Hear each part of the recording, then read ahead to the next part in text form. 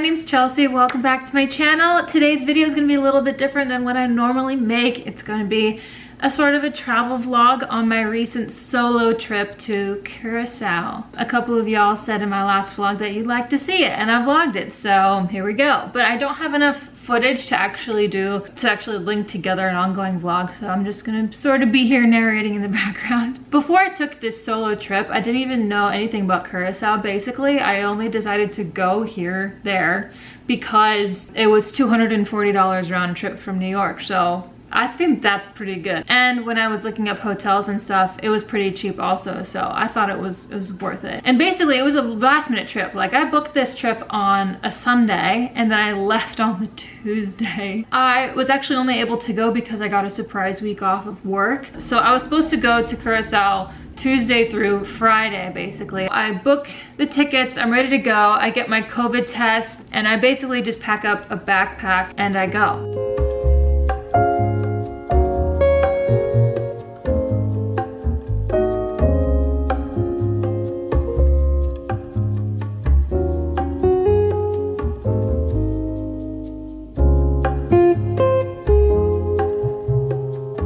It's always exciting when you're on the plane and you're thinking, like, how am I gonna like get to the hotel? Like, I like to leave some things up for like me just figuring out on the fly, because that's, you know, how I used to like to travel a lot, is just figure it out. You know, you don't have to have everything so planned. So I was in the airport getting free Wi-Fi and figuring out, like, could I take a bus? Do I want to take a bus? And then I realized I'm all the way across the island. So we like drive across the island. The driver is super nice, and he takes me like the scenic route over Willemstad, I think that's what it's called, the main city, Willemstad. And it just looks very European and all the buildings are really colorful.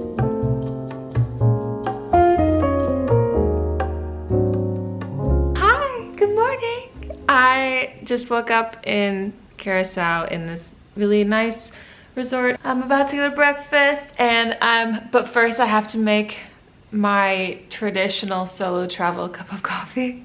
It's so dumb. I have these solo travel traditions because I've done this shit so many times. Anytime I get a hotel, I make sure it has like a cup of instant coffee available in the mornings. Instant coffee with that powder creamer. It's like, it's so good. It does the job and it's nostalgic for me. So I do it. Anyways, here's a view outside of my hotel.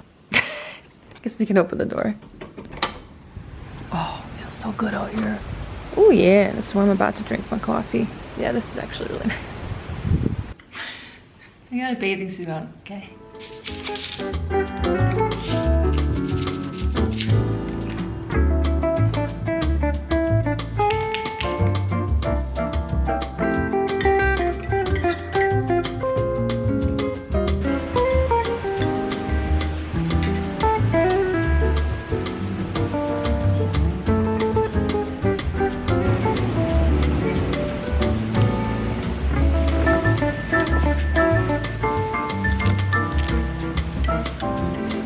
I moved inside because, if you can see, it's actually raining, which I'm not afraid of any water, but really sunny too. Weather's weird, y'all. I didn't vlog much yesterday because by the time I got here to the hotel, it was like maybe 45 minutes from sunset, so I needed to go out and buy some things, neither of which I found. I was looking for an ATM and I was looking for sunscreen because my pasty ass is gonna get fried today. So as a female solo traveler, maybe some more people are lax about this, but personally, I'm not going to walk around at night by myself, especially since this hotel is like, it's about a mile away from the beach. And it's a mile away from where I was walking yesterday to the pharmacy, and it's along a highway, so it's just not that safe. I got a couple cups of ramen for emergency meals if I get like crazy hungry. And then I ordered room service, watched some Inventing Anna, and then went to sleep. So it's a new day. Today I'm going to Mambo Beach, which is like the tourist beach, but I gotta do it. And I just wanna go swimming, and I don't wanna go too far. I'm gonna do that for most of the day, and then come back and hit up the pool and have some dinner. Wow, find your light, bitch. Ah. I'm gonna go to breakfast now, which is $26 per person per day. Maybe I should just eat ramen. Okay, so I missed breakfast. I thought it ended at 11, it ends at 10. What hotel has breakfast that ends at 11? I should have known. So I'm heating up some hot water for some ramen. Whew. So hot. So fucking hot. But look at the back up. On our way to the touristy beach. Anyways, my flip-flops broke on the way here, which is great. We love that. Love that for me. And then the walk here is not great. And I missed the shuttle to the beach. Someone told me it left so early. But yeah, I'm winning so far. Each day has just been walking in a pool of my own sweat, applying sunscreen. Oh, lizard! Oh, they're so fast, y'all. All right, enough of this sweaty talk.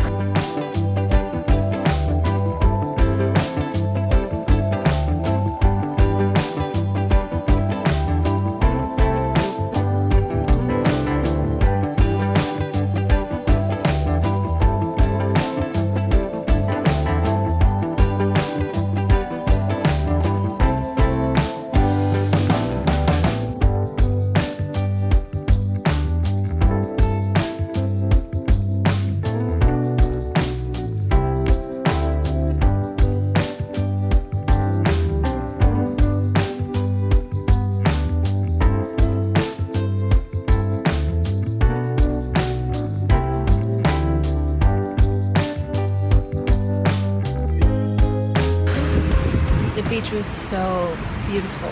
The water literally is blue, and I would swim out and look down, and I didn't even know how close I was to the bottom or how far I was. But you could see like the reefs at the bottom. It was just insane, and I didn't even need goggles. I can just see myself floating in the water. It's just surreal. Tomorrow I'm excited because I've decided I'm going to rent a car and go to an actual reef, go snorkeling, or maybe I do my first time diving, I don't know. But anyways, I'm walking back now because I don't want to pay ridiculous amounts for a taxi, and I'm just sort of waiting for the sun to set. I'm so tired. I think it's like maybe 5:30 and I just want to go to bed.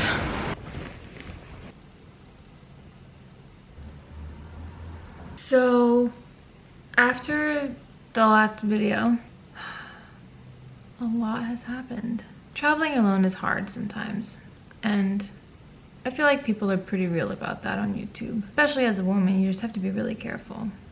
And unfortunately, I wasn't careful enough. I was sitting on the beach, and then I went to the bar to get one drink. God forbid I have one drink. I pay, then I start walking back to the hotel, and I was just stopping to band-aid my feet. And then I realized I don't have my phone. So let me check the time. Digging through my bag, nowhere. Searching through pockets, unrolling my beach towel, taking everything out, it's not there. And I've already walked like 3/4 of a mile at this point. I'm alone. I'm in another country. I literally have no choice but to walk back to the beach. So I do. And then I get to the bar I was at. It's nowhere. They don't have it. I go to security. They don't have it. So I get back to the hotel. I have everything else, thank God. Thank God I have my passport.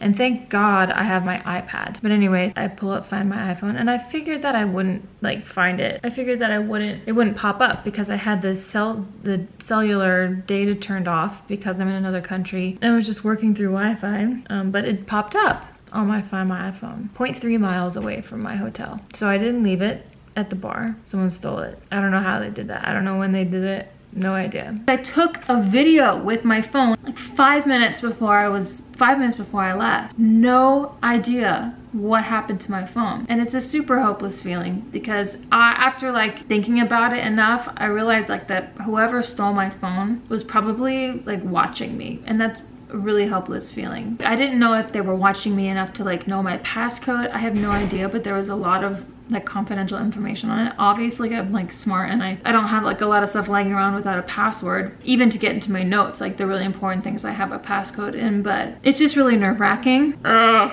It sort of just derails everything. There's nothing I can you can't rely on anybody else when you're out here. Just really frustrated. And I have another day here tomorrow. We'll get to that. I don't know. I'm sorry. Anyways, I see it on Find My iPhone, and then I do the whole lost thing, set up your iPhone as lost because it showed up on the thing. And I did, and I left a message, please return to this hotel, I'll pay you. I'm realizing now that they don't know my name or anything, and they would be able to tell me if they were there, if they ever came, which they did not. They immediately after I did that and started playing the sound thing when you on the Find Your iPhone, they immediately started driving away. Like away. Just watching my iPhone just drive across the island. So I erased the contents of it. I mean, it was an old phone. I was actually gonna get a new one this weekend, and I was actually thinking, Chelsea, don't get a new phone. Just in case like you drop it in the ocean or something. Oh, and I couldn't log into my Instagram. I can't log into my WhatsApp.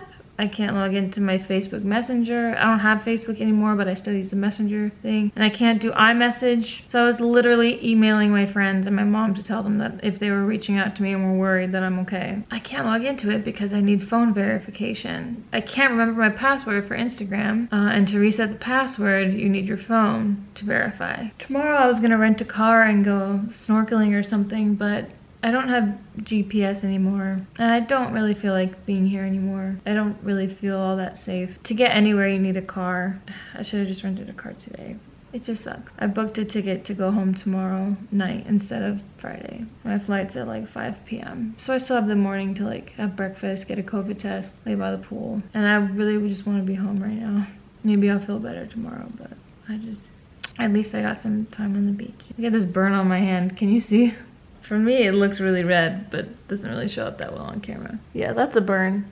The rest of everything is pretty good. It's just wild that I flew so far for one beach day at a tourist beach. God, I really wanted to see those fishies too. Anyways, I'm just chilling because I don't want to feel alone. Thanks for being here with me. What a bust. I just want to be clear that like I wasn't leaving because I couldn't get onto Instagram. Like that's stupid. I was leaving for safety reasons. Yeah, for some reason there's something about this that I was just getting a bad vibe. I also want to be clear that this experience doesn't make me want to say like Curacao is the worst place on earth. Don't go to Curacao. Like people go. It's a stunning island. But one bad egg doesn't mean that all of them are bad. Like all the locals that I met there were just so sweet and so fun, but I just happened to be targeted. And you could say like the same level of safety for New York City. Like I'm probably way safer in Curacao than I am living here. So like it's nothing against the country, it's just my experience. So that was really my whole experience.